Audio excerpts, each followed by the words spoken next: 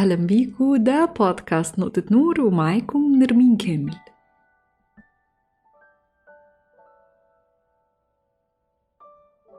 حلقة النهاردة هتكون عن إزاي الواحد يكون أفضل صديق لنفسه، وليه هي حاجة مهمة إننا قبل ما ندور على أصدقاء حوالينا ندور الأول جوانا ونصاحب نفسنا. ومش معنى كده إننا نبعد عن الناس أو إن فكرة إنك تكون صديق لنفسك إنها فكرة تشاؤمية وإننا هنبقى ناس وحيدة، لكن في حاجات كتير لازم نتعلم نعملها علشان نعرف نسعد نفسنا بنفسنا وحياتنا ما تبقاش متوقفة على حد تاني. ودي في حد ذاتها قوة كبيرة هتخلي أي حد واثق من نفسه ومش هيتعرض إنه يكون لعبة في إيد الأشخاص السامة. الفكرة إننا ساعات كتير بنكون بندور على الونس في المكان الغلط، بندور على الحل برانا لكن الحل جوانا. لو كونت صداقة مع نفسك هيكون ليك صاحب طول العمر. الجملة البسيطة دي ممكن تغير شكل حياتك، لكن السؤال هنا إزاي ممكن ده يحصل؟ ففي حلقة النهاردة هتعرف عزيزي المستمع إنك كنت عارف إجابة السؤال ده جواك لكن مش عارف إزاي تطبقه. هتلاقي جواك السلام والهدوء والوضوح اللي انت كنت بتدور عليهم. إزاي بقى توصل لده وإيه بالظبط اللي بتدور عليه؟ ده اللي هنتكلم عنه في حلقة النهاردة. الأفكار اللي هعرضها في حلقة النهاردة هي من كتاب How to be your own best friend، واللي كاتب الكتاب 2 دكاترة نفسيين ومعمول بشكل بسيط وخطوات سهلة وواضحة جدا. لما قريت الكتاب لاحظت ان اختيار انك تكون صاحب نفسك واكتشاف الراحة والرضا مرتبطين ببعض بشكل كبير. معرفتنا لنفسنا وتقديرنا لذاتنا هو أساس حياة مليانة رضا وراحة بال. في الكتاب بيقول إن من أعظم الهدايا اللي ممكن تديها لنفسك هي إنك تتعلم تكون صاحب لنفسك.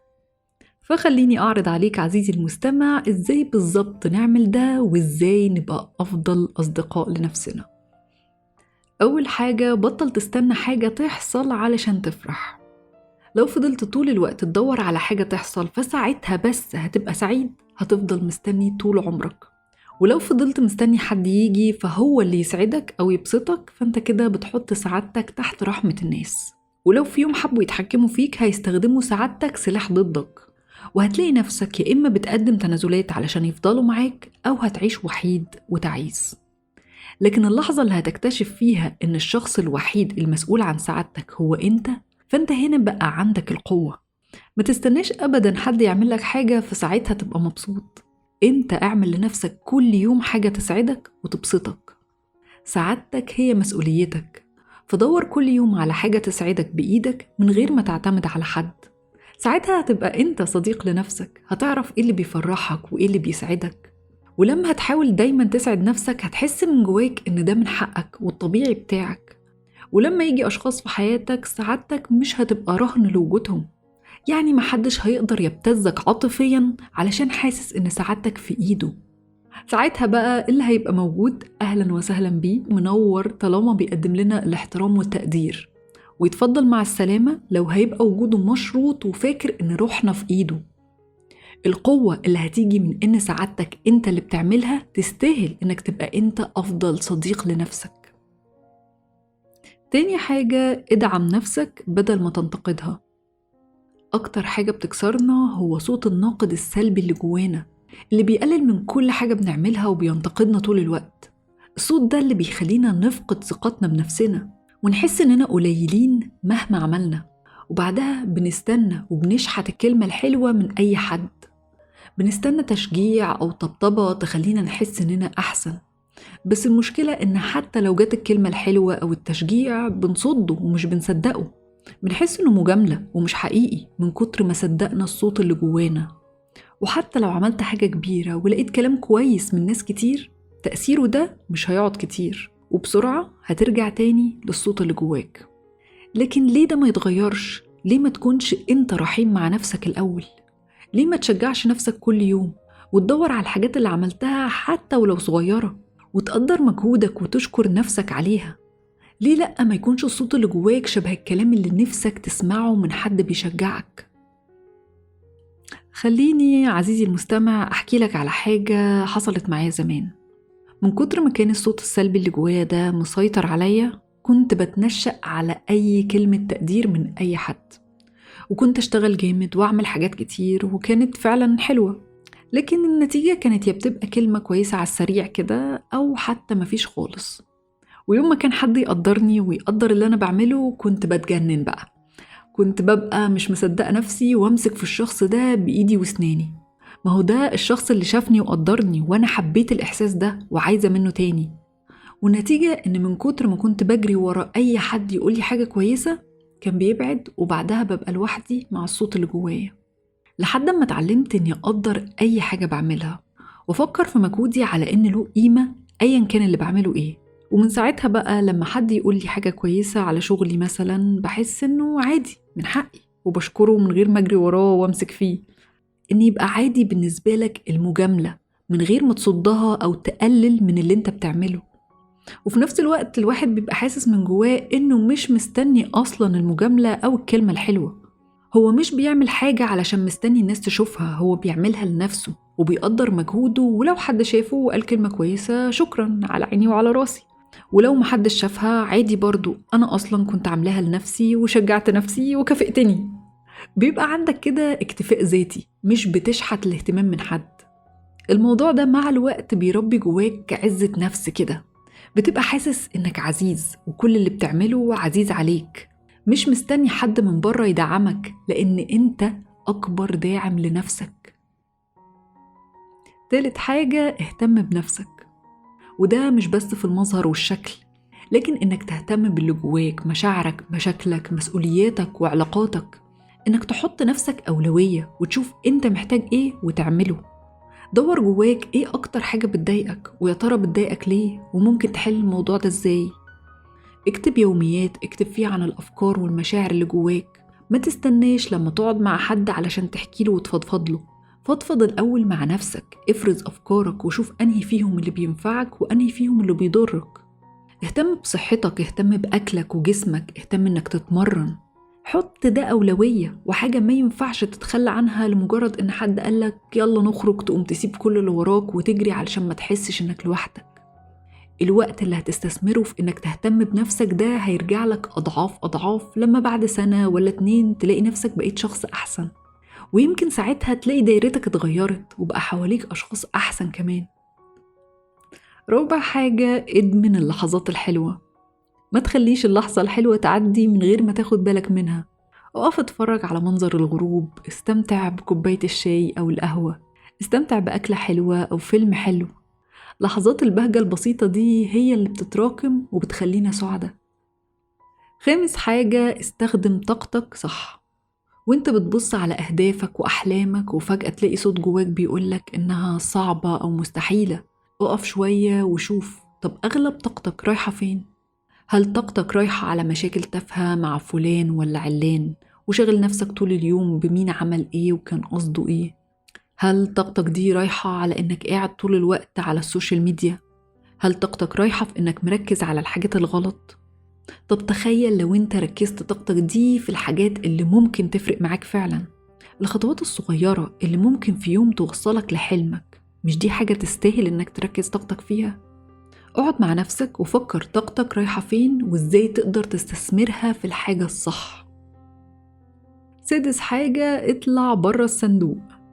اسمح لنفسك إنك تحلم حلم كبير من غير ما تسأل حد وتستنى رأيه أو إنه يديلك الإذن، لأنه غالبا لو الشخص ده ما عملش الحاجة اللي بتحلم بيها يا هيحبطك يا هيقولك اقعد كده واستهدى بالله واقعد معانا جوه الصندوق الحلو ده. محدش بيخرج برا الصندوق، لكن انت اللي تقدر تغير ده. رأي الناس حتى لو كانوا قريبين منك مش بالضرورة إنه ينفعك أو يساعدك تحقق حاجة كبيرة. أغلب الناس بتخاف وبتختار الحاجات السهلة اللي هم عارفينها ومتعودين عليها. بس ساعات تانية بقى انت اللي بتحط نفسك جوه الصندوق، انت اللي بتقول لا أنا مش هقدر. بس اللحظة اللي انت هتشجع فيها نفسك وتبدأ تشتغل علشان توصل لحلمك هي اللي هتخليك تثق في قدراتك. خليك انت الصاحب اللي بيزقك تبقى أحسن وتحلم حلم كبير. سابع حاجة، اعرف نفسك. لما بنلاقي نفسنا بنعمل حاجات لمجرد اننا نرضي اللي حوالينا، لما بنلاقي نفسنا بنسعى ورا حلم مش حلمنا، لما تيجي لحظة ونلاقي نفسنا تأثرنا بكلام حد بسهولة وأخدنا كلامه على إنه حقيقة مفروض نعيش بيها، نغير طريقة تفكيرنا علشان تبقى شبه طريقة تفكير المجموعة اللي احنا فيها علشان نبقى مقبولين. كل الحاجات دي الواحد بيعملها علشان يحس إن له مجموعة وناس وأصدقاء، لكن دي كلها صداقات سطحية. ولو في يوم قررت إنك تعبر عن اللي جواك بجد، هتلاقيهم يا إما هيهاجموك يا هيسيبوك.